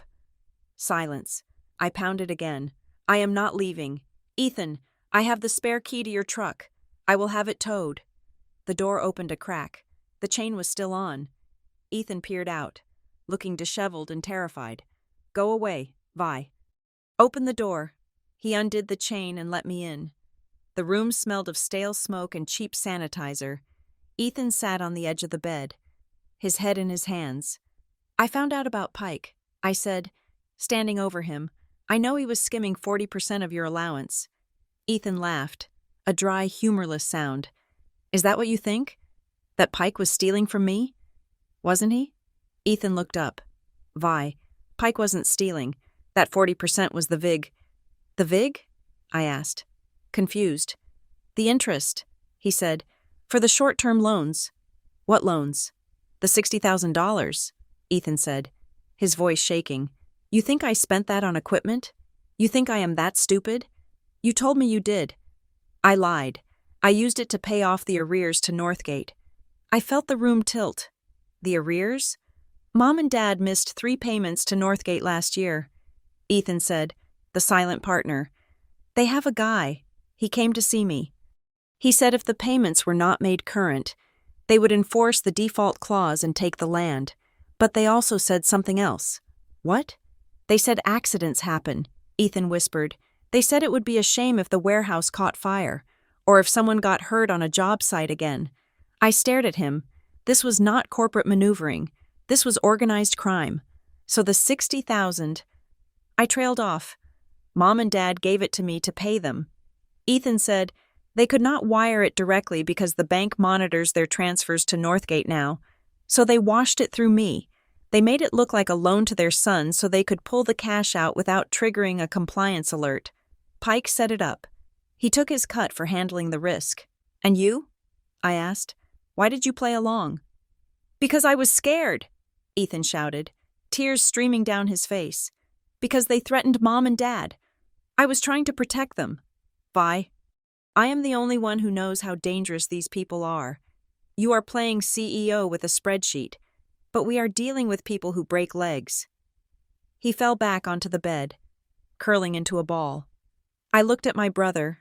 For years, I had seen him as a parasite, a spoiled, lazy brat who took advantage of my parents' favoritism. And he was those things, but he was also a buffer. My parents had been feeding him money not just to spoil him, but to use him as a bagman for their extortionists. They had favored him because he was willing to get his hands dirty in a way I never would. They protected me. I realized, in their twisted, dysfunction way, they had kept me out of this. They had let me be the cold, corporate daughter so I would never have to meet the man who threatened to burn down the warehouse. But that protection was over. Pack your stuff, I said. Ethan looked at me. What? You are not staying here. You are coming back to the house. I cannot. I stole the petty cash. I do not care about the petty cash. I said, I care about the fact that we are being blackmailed, and I'm going to end it. I drove Ethan back to the house, but I did not go in. I dropped him at the curb and watched him walk up the driveway. His shoulders slumped. I sat in my car and pulled out the file Denise had given me. I found the contact sheet for Northgate Materials. Registered agent for service of process. June Hartley. Esquire. Phone 555-0198. I dialed the number. Hartley Law. A receptionist answered. This is Violet Stewart, CEO of Stewart Stone and Timber. I said, I would like to schedule a meeting with Ms. Hartley regarding the Northgate Equity Agreement. There was a long pause on hold. Ms. Hartley can see you tomorrow at 10, the receptionist said, at her office in Philadelphia. I will be there. The office of June Hartley was not in a strip mall. It was in a high-rise in Center City, Philadelphia, with a view of the river that probably cost more than my parents' entire company. June Hartley was a woman in her 50s, wearing a cream-colored suit that looked like it would repel dirt by sheer force of will. She did not offer me coffee. She sat behind a glass desk and smiled a smile that did not reach her eyes. Ms. Stewart, she said, I understand you have undergone a management restructuring. Congratulations. I placed a folder on her desk. I know about the payments. Ms. Hartley, I know about the $60,000 washed through my brother. I know about the threats made against my family regarding the safety of our warehouse. June Hartley did not blink. She picked up a silver pen and turned it over in her fingers. Those are very serious accusations. Ms. Stewart, I hope you have evidence of these threats. I have a witness. I said, my brother. A young man with a history of financial instability and fabrication? She asked smoothly. I doubt a jury would find him credible. As for the payments, Northgate Materials holds a valid equity stake in your company. We are entitled to our dividends. If your parents chose to use creative accounting to meet their obligations, that is a matter for them and the IRS. It has nothing to do with us. The agreement is predatory, I said. It violates the state usury laws, and the original loan was made under duress. Ms. Hartley sighed, as if she were explaining arithmetic to a toddler. Violet. May I call you Violet? The agreement was signed 7 years ago. The statute of limitations for challenging the terms has long passed. We have a valid contract. She leaned forward, her voice dropping an octave. And consider this. Stewart Stone and Timber relies on its reputation. If you file a lawsuit alleging fraud and extortion, you will have to make those filings public. You will have to tell your suppliers, Mr. Henderson, for instance, that your company has been funding a criminal enterprise for years. You will have to admit that your safety record was covered up." She smiled again. "Do you think the bank will keep your credit line open? Do you think the employees will stay? If you break this story, Violet, you do not hurt us. Northgate is a holding company. We will just dissolve and move the assets. But you will destroy the very thing you are trying to save. The employees you care about so much. Denise, the drivers, they will be unemployed by Christmas." It was subtle, elegant emotional blackmail. She was using my own morality against me. "So what do you want?" I asked. "We want the payments to resume," she said, "on time, and we want the arrears paid in full within 30 days. Do that, and we remain a silent partner." I stood up. I looked at the view of the city, at the thousands of people going about their honest lives. "My parents lived in fear of you for 7 years," I said. "They let you turn them into liars and thieves because they were afraid of losing what they built." I picked up my folder, but I did not build it. "Ms. Hartley, and I'm not afraid to burn it down if that is what it takes to get you out." I walked to the door. "You are making a mistake," she called after me. Her voice had lost its polish. It was sharp, jagged. I closed the door behind me. I drove back to Harbor Glen in silence. My mind was clear. I knew what I had to do. June Hartley was right about one thing. Secrecy was their power. As long as the rot was hidden, they could squeeze us. If I exposed it, I risked killing the patient to cure the disease. But the patient was already dying. I went straight to the office. It was late, but Denise was still there, organizing the files I had requested. "Violet?" she asked, seeing my face. "What is wrong?"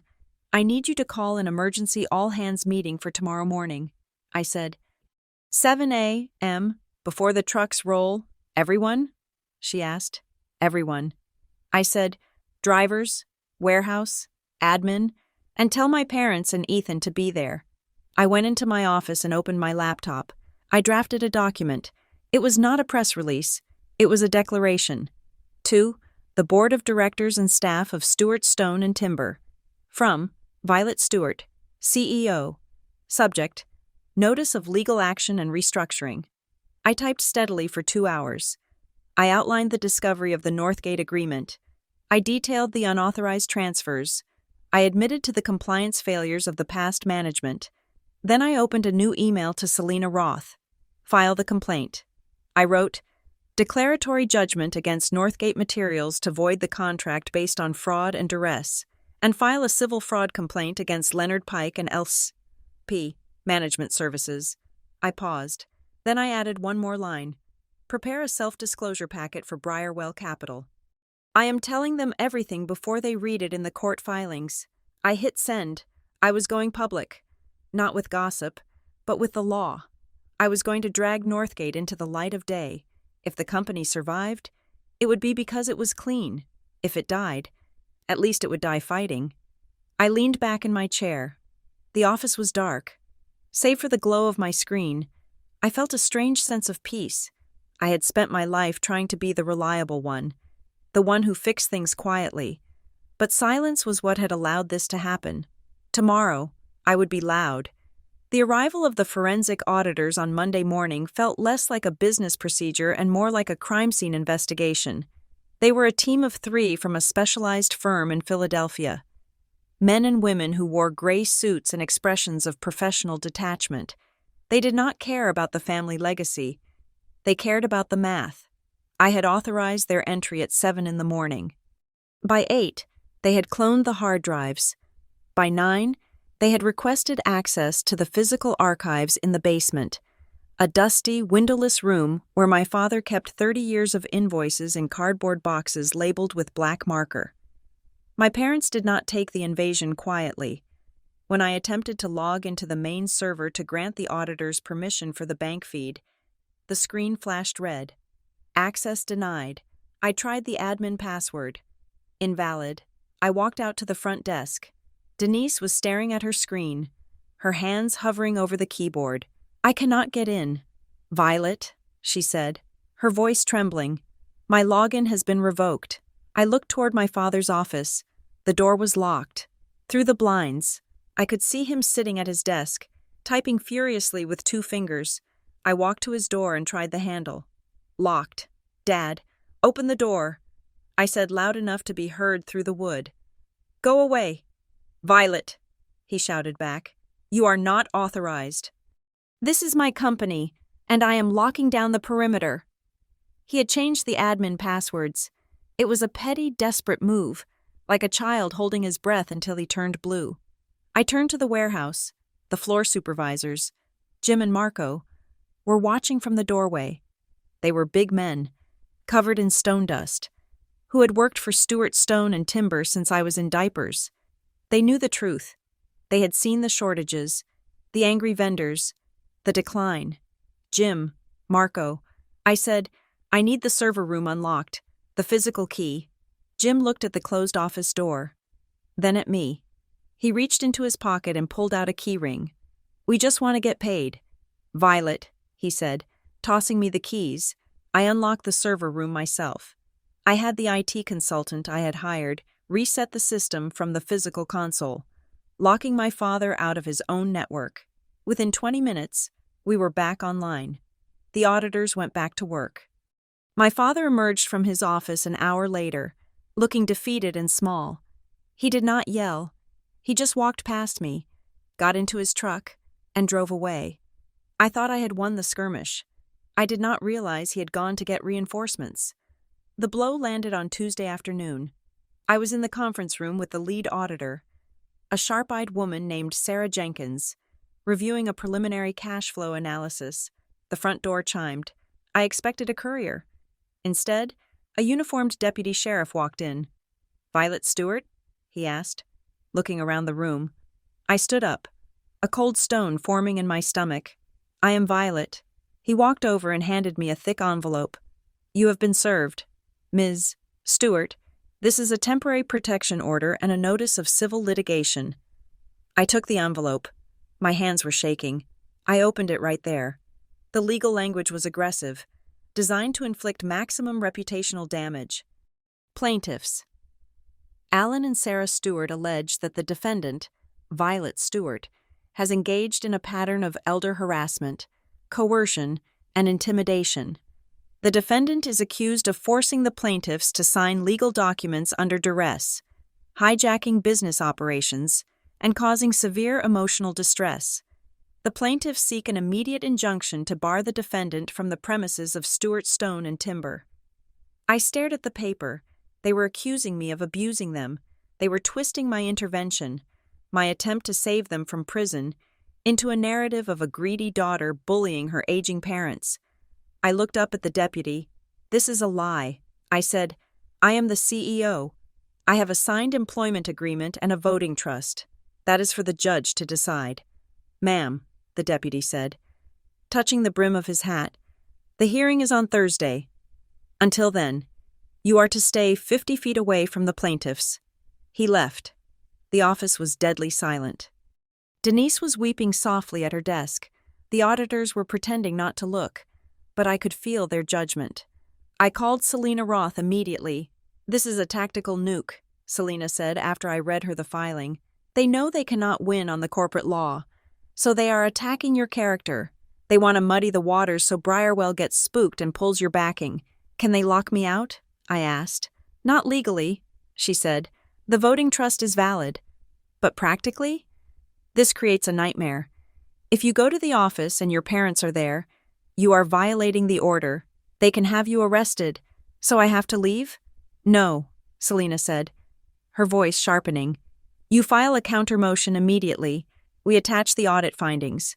We show the judge that the coercion was actually a fraud intervention. But Violet, this is going to get ugly. It is going to be in the papers. It already was." By that evening, the gossip in Harbor Glen was spreading like wildfire. I went to the grocery store to buy milk, and Mrs. Gable, my third-grade teacher, turned her cart around in the aisle to avoid me. I heard whispers in the checkout line. Stole the company. Threw her own father out. Ungrateful. I went home and sat in the dark. The isolation was suffocating. I was saving the town's oldest business, and the town looked at me like I was a pariah. But the next morning, the audit report came in, and the truth it contained was so damning that the gossip did not matter anymore. I met Sarah Jenkins at a neutral location, a hotel conference room on the edge of town, to avoid violating the restraining order if my parents decided to show up at the office. She laid out the spreadsheets. The numbers were not just bad, they were catastrophic. "We found the drain," Sarah said, tapping a red column on the chart. It was not just the monthly payments to Northgate, it was the interest stacking. "Explain," I said. "The original loan from Northgate was $200,000, she said, but the terms included a compound interest clause that triggered every time a payment was late. Your parents were late often. Every time they missed a date, the principal jumped. She flipped the page, and then there were the temporary transfers, every quarter, just before the bank review. Your father would move money from the operating account to Northgate, labeled as inventory purchase. Then, a week later, a smaller amount would come back. They were washing money, I asked. They were paying fees, Sarah corrected. Northgate was charging them a transaction fee to hold the money and then return it, likely to hide assets from other creditors. It is a classic bleed-out scheme. Stewart Stone and Timber has paid Northgate over $800,000 in the last 7 years. The original loan was paid off 4 times over, but on paper, they still owe $300,000. I felt sick. $800,000. That was the profit margin. That was the new trucks. That was the raises for the staff. But that is not the worst part. Sarah said. She hesitated, looking at me with genuine pity. She slid a folder across the table. "We analyzed the loan documents for the refinancing 3 years ago, the one with Briarwell, and 2 others with smaller private lenders." I opened the folder. There were copies of promissory notes, guarantee agreements, liability waivers. On the bottom of each page was a signature, Violet Stewart. But it was not just one signature, it was dozens. There were variations. Some looked like my signature from high school. Some looked like my signature from my driver's license. Some were clumsy forgeries that looked like my father's handwriting trying to be loopy and feminine. "They used your name systematically," Sarah said gently. "It was not a one-time panic decision." Violet. "For the last 3 years, every time they needed liquidity, they used you as the guarantor. You are currently listed as the primary security for $400,000 of debt across 3 different institutions." I stared at the pages. The betrayal was total. It was not a mistake. It was a strategy. My parents had looked at me, their reliable, steady daughter, and seen a credit score to be harvested. I thanked Sarah and walked out to the parking lot. I needed air. I needed to scream. As I reached my car, a figure stepped out from behind a pillar. It was Leonard Pike. He looked terrible. His suit was rumpled, and he had a 2-day stubble. He looked like a man who had not slept since I fired him. "Violet," he said, raising his hands. "Please, I just want to talk. You have 5 seconds before I call the police." "Leonard," I said, unlocking my car. "I can give you the mother," he blurted out. I stopped. My hand froze on the door handle. "What did you say?" "I can testify," Leonard said, stepping closer but keeping a safe distance. "I know you are building a case. I know about the audit. But documents are open to interpretation. You need a witness who can speak to intent." I turned to face him. "You are the one who facilitated it. Leonard, you took a 40% cut. I was following orders," he hissed. "Look, I can give you a sworn deposition. I will say that Sarah Stewart directed the whole thing. I will say she forged the signatures herself. I will say she forced me to cook the books. And what do you want?" I asked, disgusted. "Immunity," he said. "You agree not to name me in the civil suit. You agree not to refer me to the DA. You let me walk away with my license, and I hand you your mother on a silver platter. You can pin it all on her. You can save the company and walk away clean." I looked at him. He was offering me a way out. If I took his deal, I could destroy my mother legally. I could prove the fraud was hers, not mine. I could clear my name with the lenders instantly.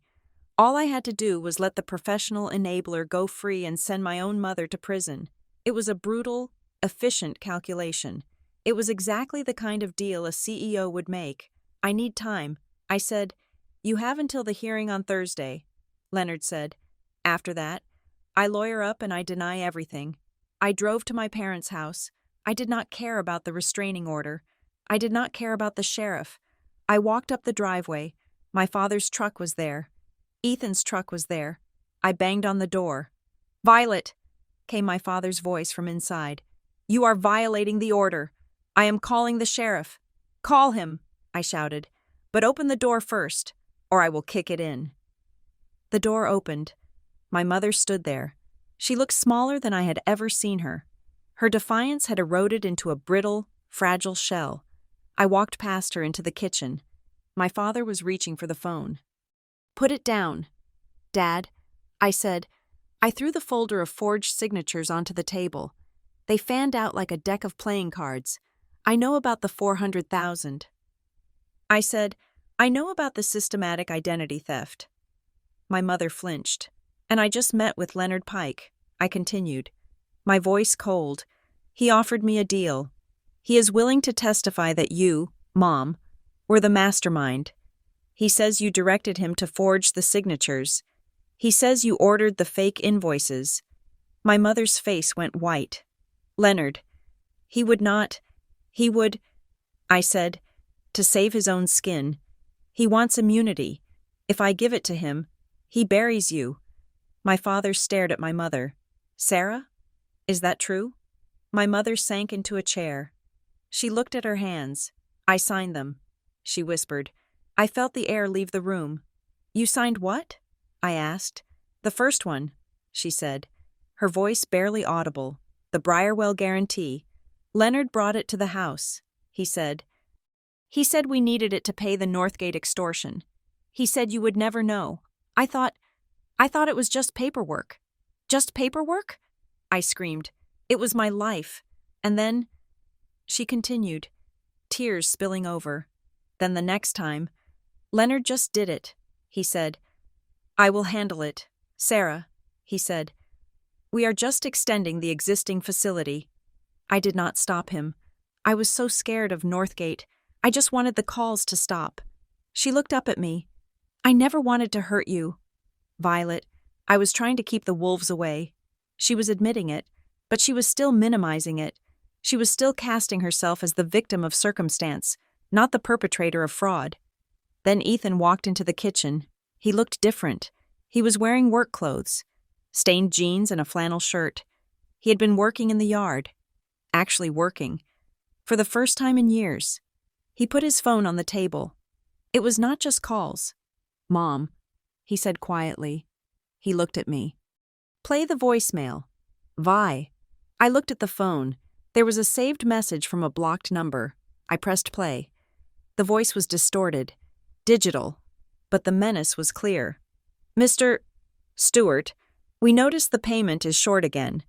We would hate to have to file a report about the structural integrity of your warehouse roof. It would be a shame if the inspectors found the cracks you painted over. A collapse could hurt someone, maybe even family. Pay the full amount by Friday." The room was silent. That was 6 months ago. Ethan said, "That is when I asked for the 60,000. They threatened the roof. They knew where the weak spots were. They knew everything." I looked at my parents. They were not just fraudsters. They were hostages. They had been paying protection money to a silent partner who was slowly eating them alive. And they had sacrificed me to pay the ransom. My father suddenly grabbed his chest. He made a low, gurgling sound and slumped forward onto the table. "Alan!" My mother screamed. I froze. The old reflex kicked in. The panic. The need to fix it. The guilt. I did this. I pushed too hard. My father's face was gray, his breathing shallow. "Call 911, Ethan yelled, grabbing his phone. I stood there, watching my father gasp for air. My heart hammered against my ribs. I wanted to rush to him, to comfort him, to tell him I would drop the lawsuit, that I would sign whatever they wanted, that I would fix it all just so he would be okay. That was what I had always done. I had absorbed the pain to keep the family steady. But then I looked at the forged signatures on the table. I looked at the audit report. If I surrendered now, the company would die. The employees would lose everything, and Northgate would win. I steadied myself. I forced the panic down into a cold, hard knot in my stomach. "Is he breathing?" I asked, my voice calm. "Yes, but it is shallow," Ethan cried. "Keep him upright," I said. "I will guide the paramedics in." I walked to the front door and opened it, waiting for the siren. I did not crumble. I did not apologize. I stood watch. The paramedics arrived 4 minutes later. They loaded my father onto a stretcher. It was a severe angina attack, brought on by stress. They said, not a heart attack, but a warning. My mother climbed into the ambulance, sobbing. "You did this," she wailed at me as they closed the doors. "You are killing him." I stood in the driveway as the ambulance pulled away.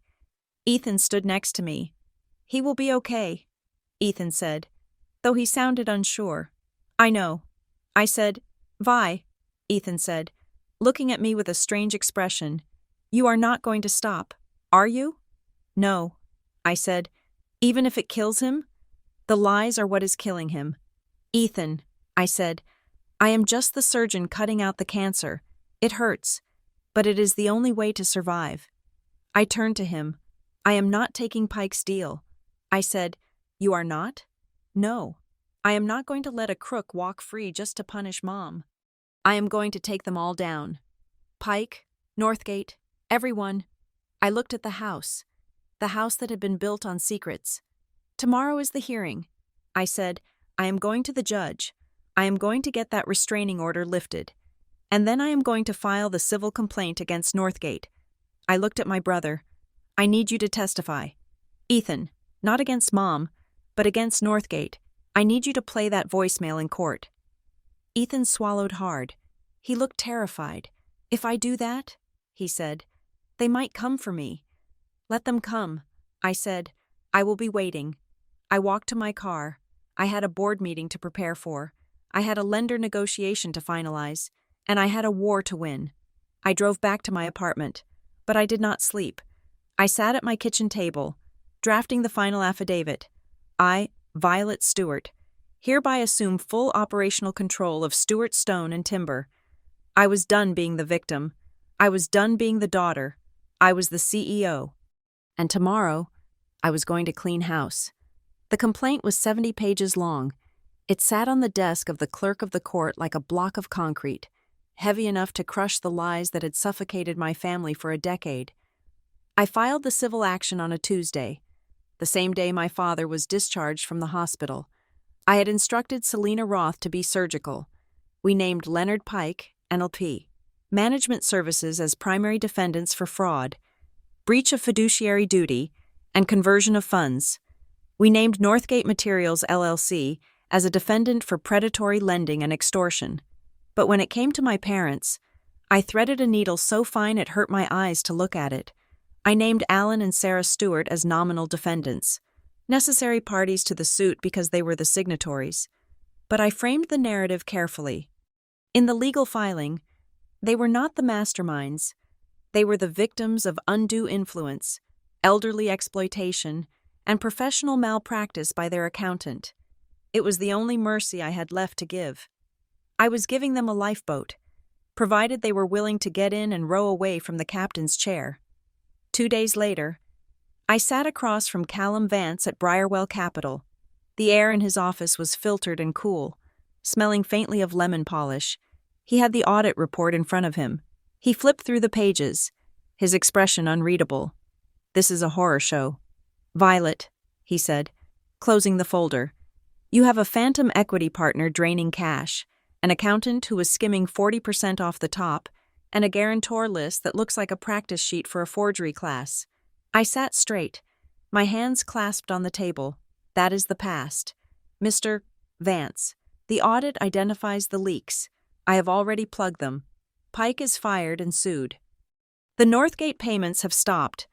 The restructuring plan I sent you shows a path to profitability within 6 months, provided we convert the debt service." He looked at me. "You are asking me to convert $300,000 of debt into equity. You want Briarwell to become a shareholder in a company that is currently on fire. I am asking you to bet on the firefighter. I said, if you foreclose now, you get the land and the headache of liquidation. You get maybe 60 cents on the dollar after legal fees. If you convert, and you back me, you get a clean balance sheet and a functioning logistics partner in a year. He tapped his pen on the desk. We will do it, he said. I let out a breath I did not know I was holding, but, he added, raising a finger, there are conditions. Briarwell takes a 30% equity stake, and we require a permanent change of control.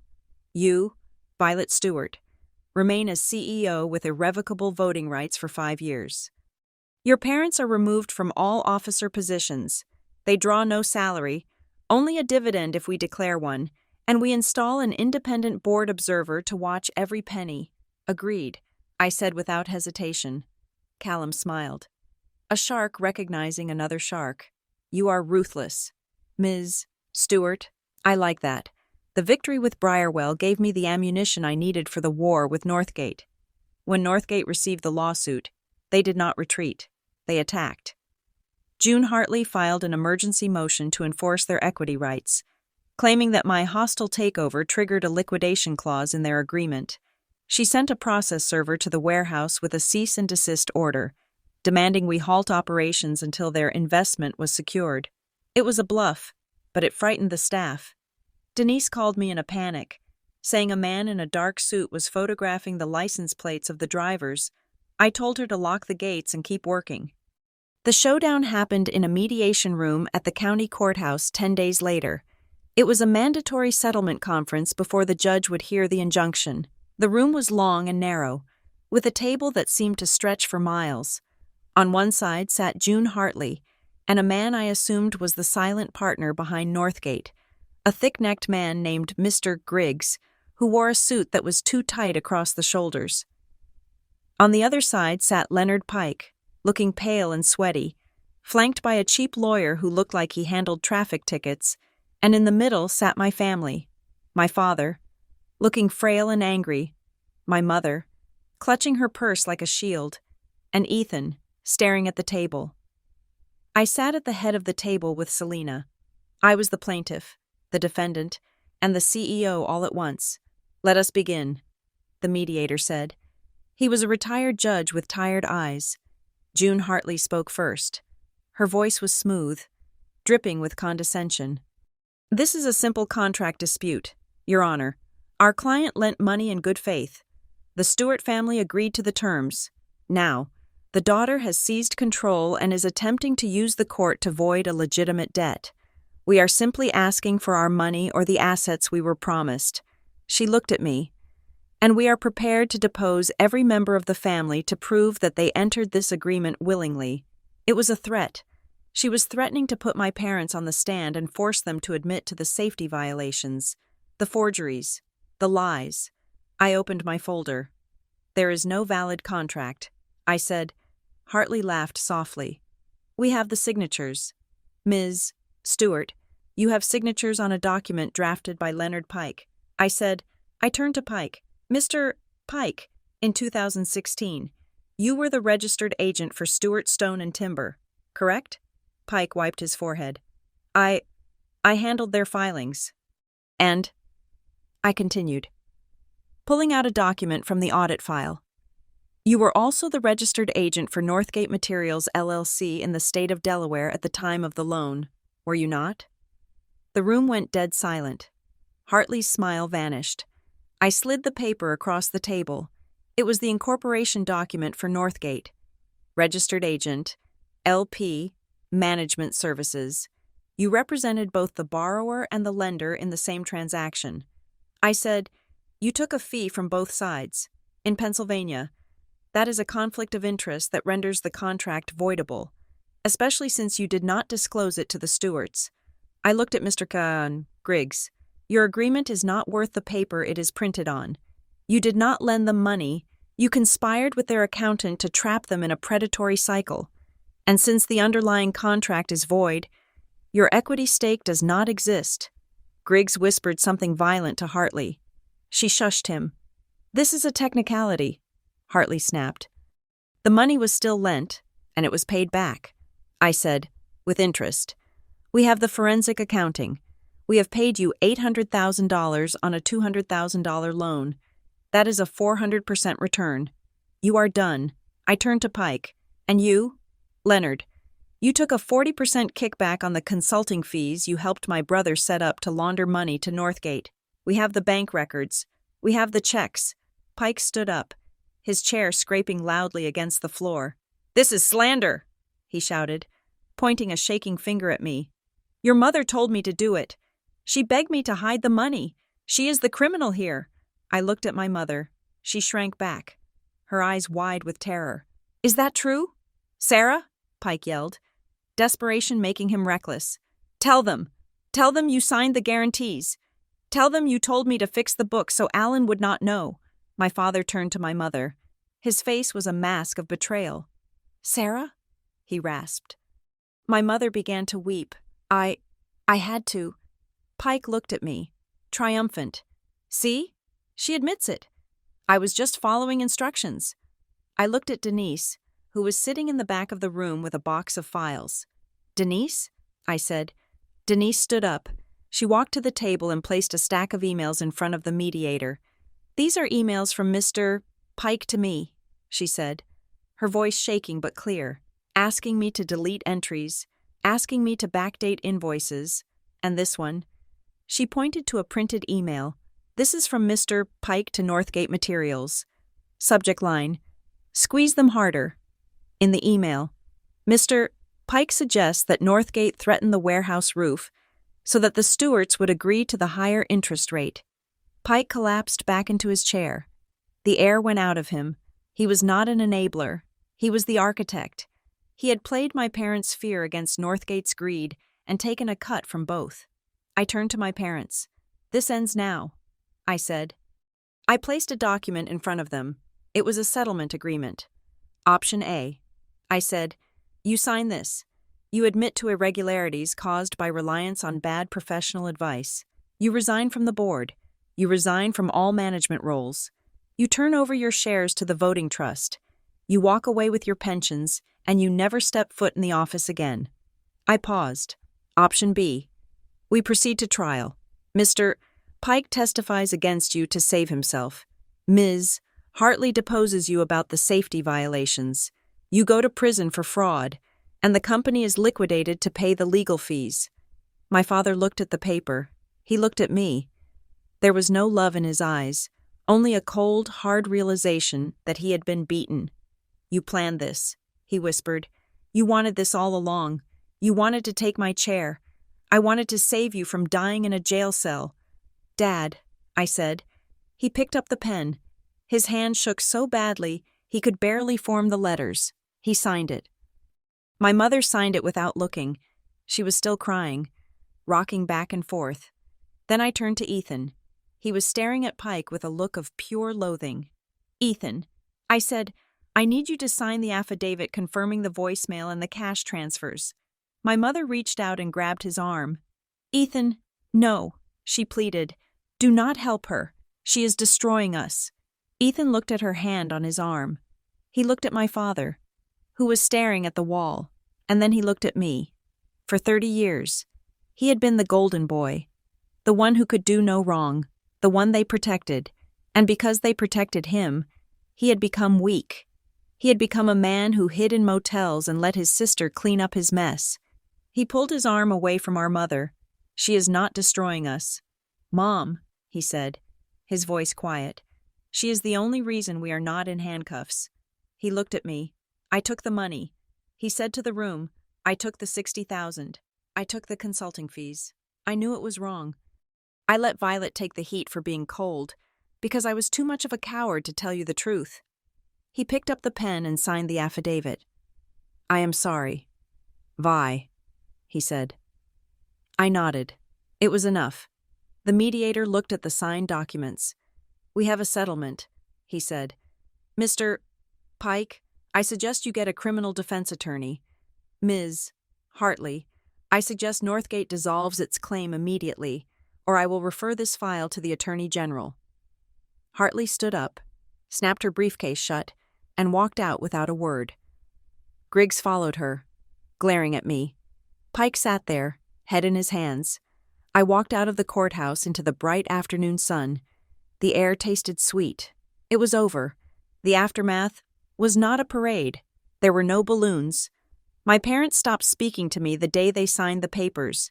They retreated into their house, a fortress of resentment.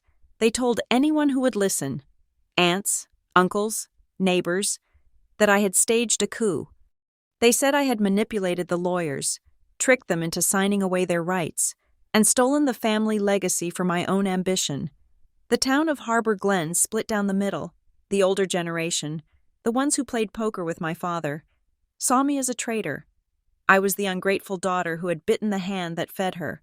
I would walk into the diner and conversation would stop. I received letters in the mail with no return address, calling me a snake, but the younger generation, and the people who actually understood business, saw something else. The employees saw it. Denise saw it. On my first official day as the owner, I walked into the warehouse. The mood was tense. The guys did not know if they were about to be fired. I stood on a pallet of concrete mix. "Gather round," I said. They shuffled in, looking at their boots. "There are going to be changes." I said, "We are moving headquarters. The old office is too expensive and too full of ghosts. We are moving to the industrial park on the west side. Smaller, cleaner, cheaper." I looked at Jim and Marco, but here is what is not changing. No one is getting laid off. Briarwell wanted me to cut headcount. I told them no. I told them the problem was not the workers. The problem was the management. A ripple of surprise went through the crowd. "We are going to run this place right," I said. "No more secret deals. No more delayed paychecks. No more safety violations painted over. If a truck needs tires, it gets tires. If a roof leaks, we fix it." I looked at Denise. "And transparency. Every quarter, we are going to have an open book meeting. You are going to see where the money goes. Because you earned it." Marco raised his hand. "What about your dad?" he asked. "Is he coming back?" "No," I said firmly. "My father is retired. I am the CEO, and the only thing that matters now is the work we do." Marco nodded slowly. Then he clapped his hands once. "All right," he said. "You heard the boss. Let us load the trucks." That single clap was the only coronation I needed. I moved the company 2 weeks later. The new office was sterile and bright, with white walls and modern desks. I did not bring the old mahogany furniture. I did not bring the framed photos of the founding. I started fresh. Ethan did not come back to work. He moved to Pittsburgh to stay with a cousin. He sent me a text saying he got a job as a bartender. "I need to earn my own money for a while." He wrote, "Real money." I sent back a thumbs-up emoji. It was the most honest communication we had ever had. 6 months later, I was sitting in my office late one night. The quarterly numbers were in. We were in the black, not by much, maybe 2%, but we were profitable. The debt to Briarwell was being serviced. The vendors were paid. My phone rang. It was my mother. I stared at the screen. I had not spoken to her since the mediation. I picked it up. "Hello? Violet?" she said. Her voice sounded older, thinner. "Hi, Mom, your father?" She hesitated. "Your father is asking about the numbers. He wants to know if you made the quarter." I looked at the spreadsheet. I looked at the profit column. "Tell him we made it," I said. "Tell him we are up 4% year over year." There was a silence on the line.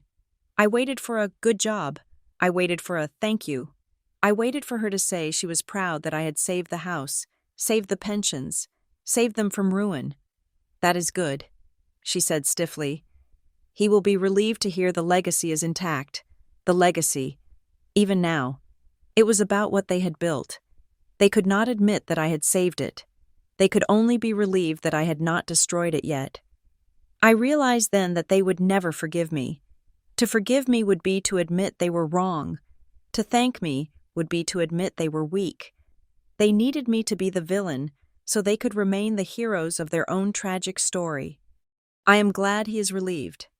I said, "Are you coming for Christmas?" she asked. It was an obligation, not an invitation.